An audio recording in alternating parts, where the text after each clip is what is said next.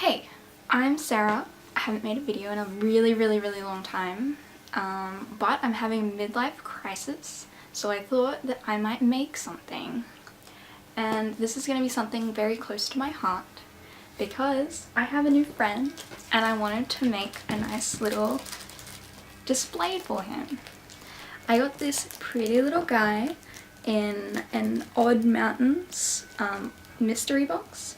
Odd Mountains is this really cool oddities shop in Sydney, repping those oddities for Australia. We don't get many oddities stores around here, and I bought one of their mystery boxes and got a bat, which I've been wanting for a really long time, and I'm gonna frame it today.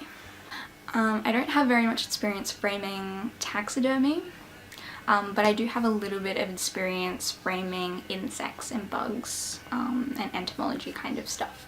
So it's going to be along those same lines. It's pretty simple. So I'm going to make this in the same vein as some of the other pieces I have in my collection already, just because I can look at them and see how they're made, and this is similar to the style that I made when I was first trying out how to display insects.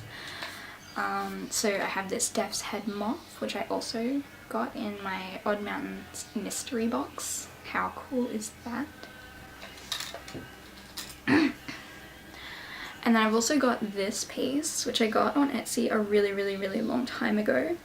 I'm pretty sure it's made in the same kind of way with hot glue, which is what we're going to be doing, and the taxidermied face is just hot glued to the inside of the shadow box. It's a little raccoon guy with some flowers and some wolf teeth.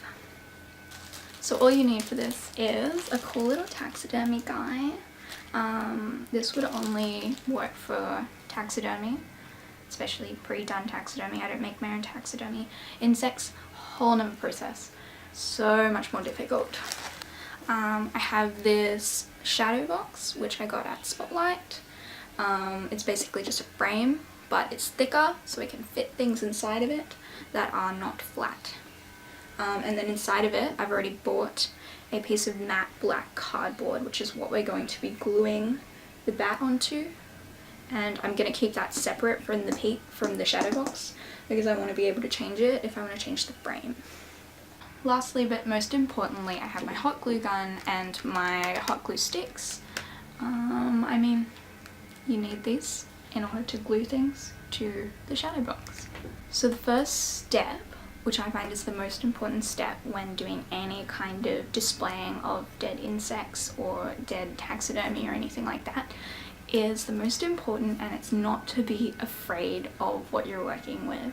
So hot glue and dead animals may not seem like they would comfortably go together, but you really just have to try your best.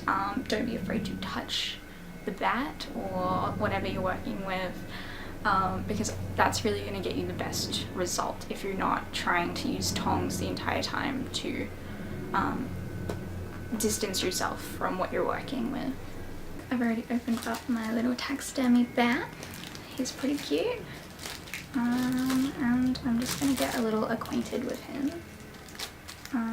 See where his major structural parts are. So obviously he's got his main core here, and then his wings are kind of much more fragile, so I want to stay away from that and focus on gluing that central part, because once you hold him up by that central part,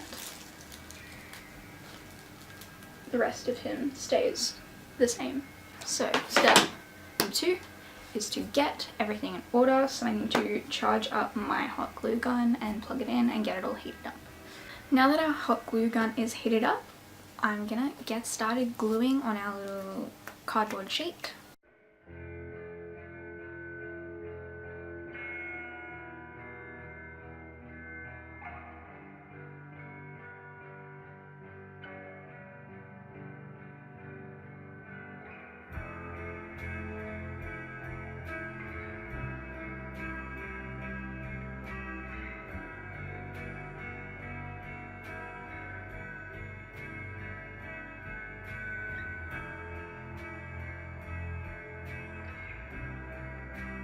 Now that we have our little bat friend glued down, I was thinking, because he looks a little plain, that we could add a little bit of flowers. So I have a bunch of dried flower arrangements all around my house, and this one doesn't quite fit, so I thought it might be good to take some of these little baby flowers, take them off, and then see if they'd work on the display a little bit better. So what I've done is I've picked off these little flowers, these little dainty little flowers from the bigger bouquet, and I've kind of positioned them around my bat in a way that I like, and I like it a little bit more uneven than even. I think that looks really nice and delicate and beautiful. And I've just chucked down some hot glue in a position where all of the little flowers meet, so that you can just chuck them all down. I pressed it down into the hot glue. It doesn't really matter if you get your hands in the hot glue. I mean, it's like, I mean, my hot glue gun is a miniature one. It's not that hot, so I just press it straight down into it. And if you get it on your fingers, it dries. You just peel it straight off. And then I'm gonna go back and cover up that little piece with maybe like a little piece of ribbon or something like that. That would look really pretty.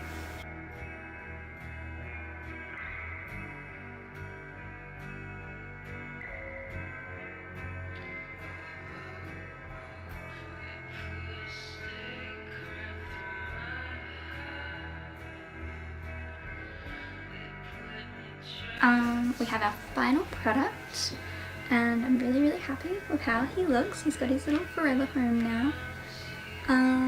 And even though we've destroyed an old necklace of mine, it's kind of hidden by this little frame, but I still think it looks really cool just having those little flowers peeking out, and I love it. I think he looks really cool. So let me know what you think.